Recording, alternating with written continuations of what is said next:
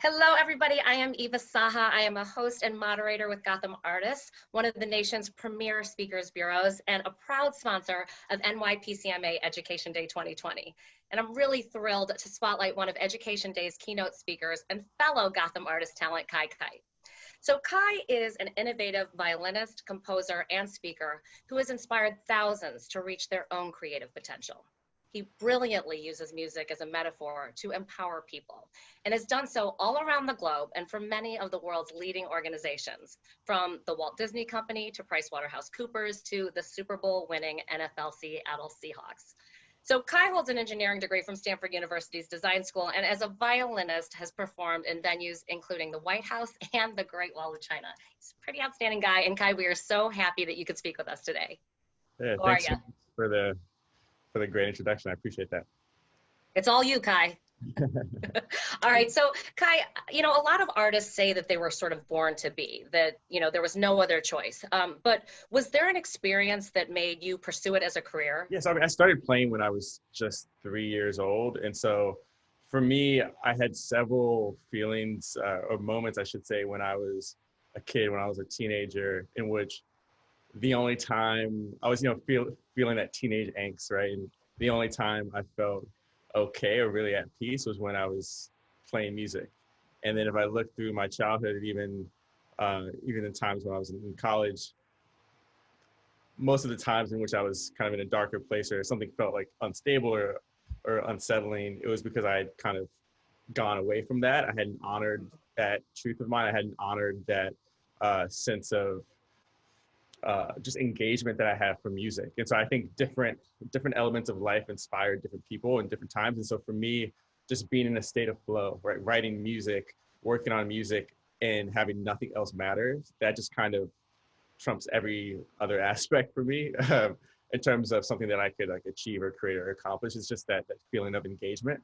And so I was lucky enough to find that when I was very young, and I've just been sticking with it since then. Yeah, it's a good lesson to take cues from the world around us, because if we just sit and reflect, oftentimes, the universe will tell us what to do, right? Mm-hmm. But the transition to keynote speaker is not an obvious one, at least to me. So how did that come about?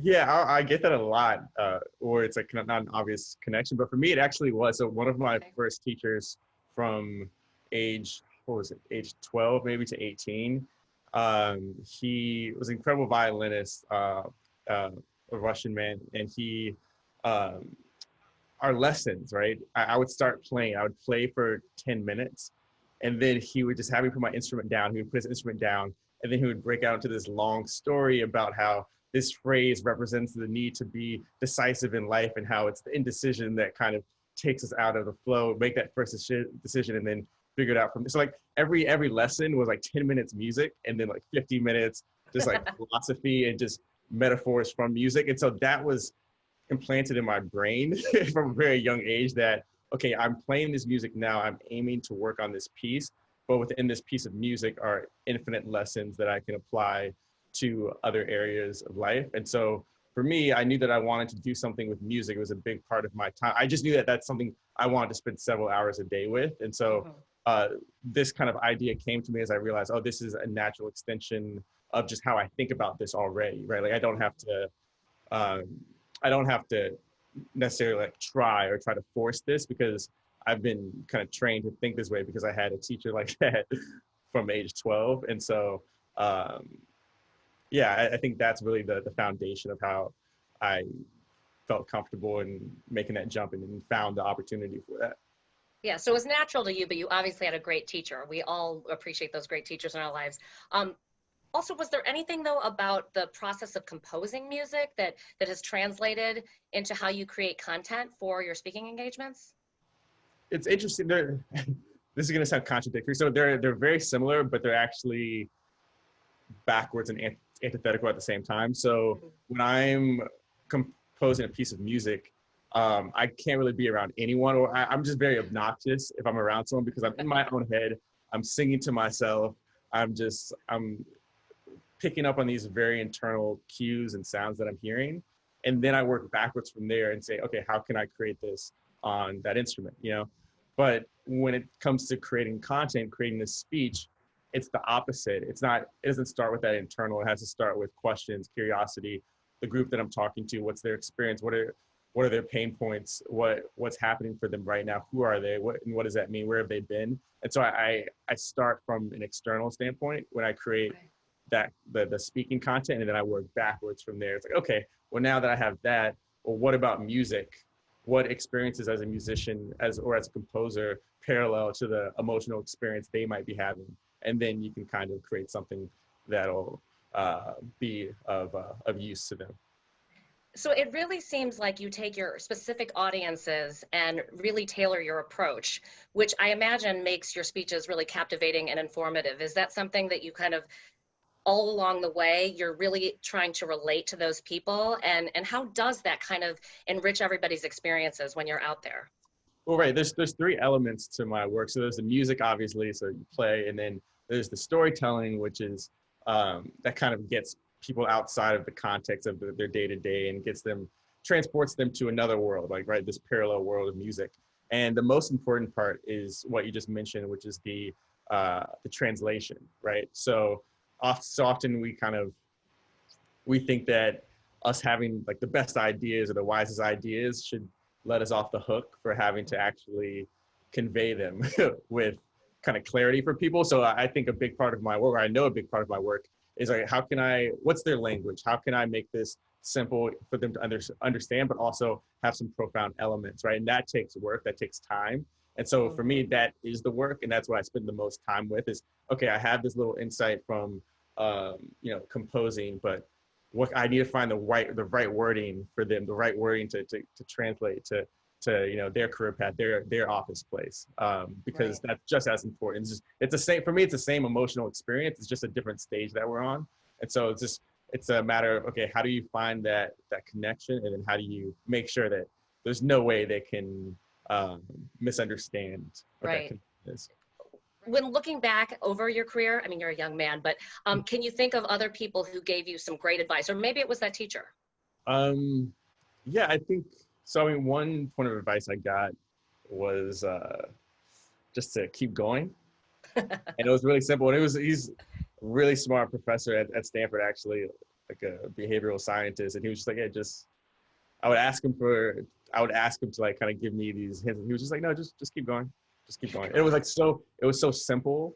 And it was for me, and what he taught me in that was like, okay, I'm looking, especially when I first started, like I'm looking for these other people for answers, but really the only answers that are actually going to help me are going to come from me doing things, taking action, kind of being embarrassed, putting myself out there, and then reading the feedback and being honest with myself around what's happening, and then just keep going, go again. And so for me, that's kind of my approach to advice. There's obviously people I go to around specific things and people who I find to be incredibly wise. But I think for me, my first place to look for advice is, okay, am I taking the action? And am I being honest with myself about what I'm observing about the actions that I took? And if I can start from there, then I know that I'm on a good place in getting, feedback, advice, or just perspective around what I'm actually trying to do. Yeah, it sounds simple, but sometimes the best advice is really quite simple and it's right in front of you. I know I'm excited. You've already given us some great nuggets, but in addition to what you're talking to us about now, what do you hope that the audience during Education Day 2020 is going to take from your speech? Yeah, that's an interesting question. So for me, when I hear that question, it kind of reminds me, or it's akin to someone asking what everyone is going to take away from watching a movie. So when people go to a movie, like everyone in the auditorium, they're going to experience a different thing, right? There's going to be a nugget, a moment, a scene that's going to impact them in a different way. And so, yeah, it's interesting as I prepare and put this together. I have two hopes, right? I have one hope. I want to make it a little bit easier for people to manage and embrace change right now. That's one thing as it comes to the events they're creating and all the aspects around that. And then I want to give people a sense of hope around that this time could be not only something we can get through, but positioned to kind of learn and find something more useful for the future. And then I have like the third feeling, which is like, I don't want to tell people what to feel, because I want them to take something away from it. And I want them to apply it. Maybe it's not just going to be to their work, or maybe it's going to be something to challenges of being at home and parenting right now, something that I couldn't predict. And so I think that's part of the fun for me and the fun for everyone is, putting this experience out there, but then also allowing people to take different things from it and allowing them to feel the impact from it in different ways. I love that. You're going to have universal messaging, but each person is going to be able to experience you and the message in their own way because we are all unique. So that is fantastic, Kai. I want to thank you so much for joining us today. I really personally feel so excited and look forward to your messages of reflection and resilience and reinvention that you seem to have taken to heart. It's going to inspire all of us to move forward while looking back. And I hope to see everyone at Education Day 2020. It's taking place again virtually on November 9th and 10th. See you there. And thanks again, Kai.